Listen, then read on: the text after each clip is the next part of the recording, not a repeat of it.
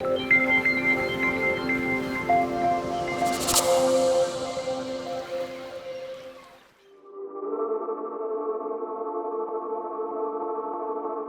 I'm Jonny Smith. I'm a motoring journalist and I've been driving the Jaguar I-PACE around for the last couple of days, but like most electric car drivers, I want to get the most out of my EV, which is why I've come to meet Giles Lenthal from Jaguar, who's hopefully going to give me some hints and tips.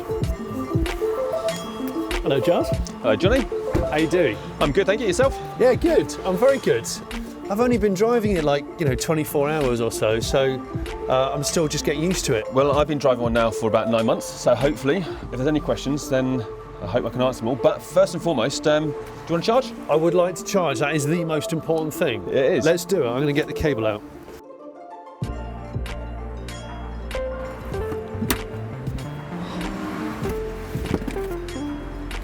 When people say to me, how do you live with an electric car? I say, well, it's really similar in behaviour to the way we live with our phones now, isn't it? Exactly. I mean, if you think, what's usually the last thing you do before you go to bed at night?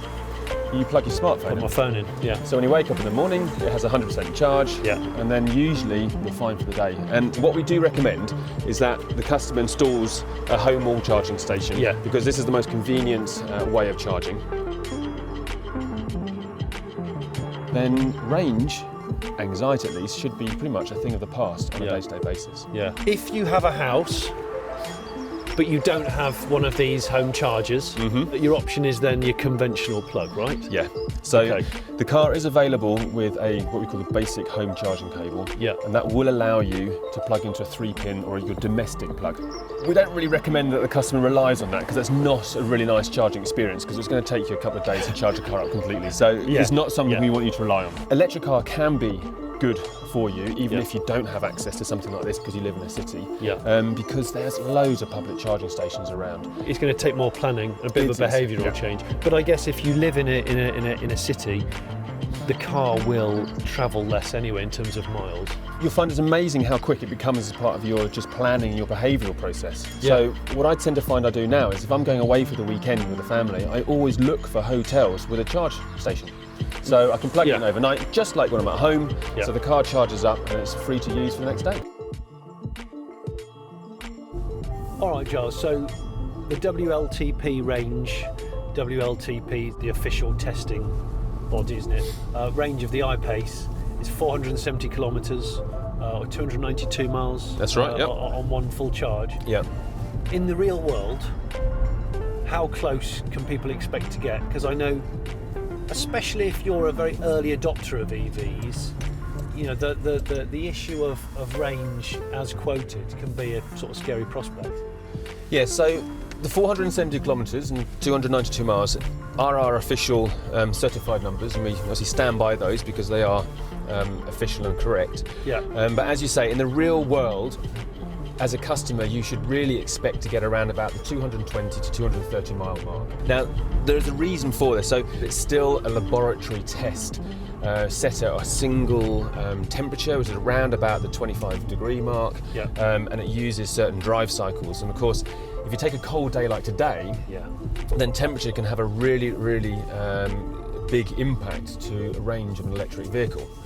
So that's why, realistically, the real world range is lower than the WLTP range. Now there's key things to think about. There's obviously your driving style and speed, which you drive. We have the heated seats on, we have the air conditioning on, we have the temperature up, there's two of us, so obviously weight, so all these things obviously get used energy and therefore have an effect. An EV is really, really efficient. So on this I-PACE, about 90% of the energy that goes into the battery gets used to push you forward in forward motion. But if you take a typical combustion engine, so on ICE, like diesel and petrol, they're only typically about 30 to 40% efficient. My family actually live in Munich, and I commute to the UK every week to do work. Munich is nowhere near Warwickshire. Exactly. Now, normally I'll fly, but I do like to drive down there at least a couple of times in the year because I just like to do the drive. And in a car like the I-PACE, that will require planning. I mean, a colleague of mine, she went on holiday in the summer in her I-PACE and did 2,000 miles around Europe and had no problems at all. She was able to charge very conveniently. It did not impact her ability to be able to enjoy the holiday and be where she wanted to be when she wanted to be there. She said that she spent all of around about £25 on energy. Yeah. Really? For the whole 2,000 miles. That's impressive, isn't it? And that's the thing. If you're willing to consider that adjustment, those are the opportunities available to you. Yeah. Also, what we find is once customers make the switch to EVs, they very rarely want to go back. So regenerative braking. Yeah. What you'll notice if I go into here, here we go. So here's regenerative braking, and you've got it at low. Yeah. And how do you feel that the car's driving? It feels like when I come off the throttle, it's coasting like a normal auto. But on the gauge in front of me, obviously I can see that it's dipping into the charging, so it is harvesting some energy from that. So if I now turn it to high, and as you go down, you drive on, just sort of say to me how you feel that is, what's the differences? Okay, so You really notice the difference? It's really dragging then, yeah. And that really helps in terms of, say, getting as much energy back into the battery while you're doing your driving. And what I really love about the regen braking, to be honest with you, I actually only really drive with regenerative braking on high, because you can have that single pedal driving style. Yeah. And it just really sort of makes the whole driving experience relaxed as well as being efficient. So if you just want to pull up on the left, just up here, then I'll also show you one of the really cool features that we have within the I-PACE that is a real benefit to the customer. Okay.